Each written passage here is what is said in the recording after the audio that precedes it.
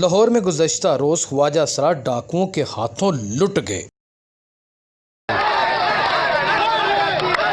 दिन दहाड़े होने वाली वारदात में हमेशा की तरह पुलिस भंग पी के सोई रही। ख्वाजा सराहों ने जिंदगी भर शादियों में ठुमके लटके झटके लगाकर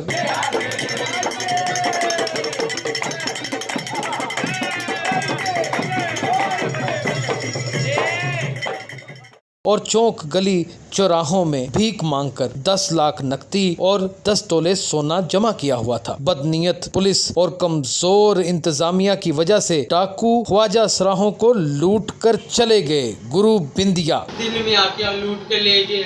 कि हमें मारा भी सारा जेवर सोना पैसे सब ले गया। हमारा इंसाफ आपने करना है। आपकी मेहरबानी बहुत बहुत शुक्र। मतलब जमा पूंजी हमारी ले गया वो सारा जो हमने जमा किया तो वो ले गया। पैसा नकदी भी ले गया, जेवर भी ले गए। हमारे आपके पास हमारी अपील है, आप हमें लेके देना और आपने हमारा इंसाफ ये करना है।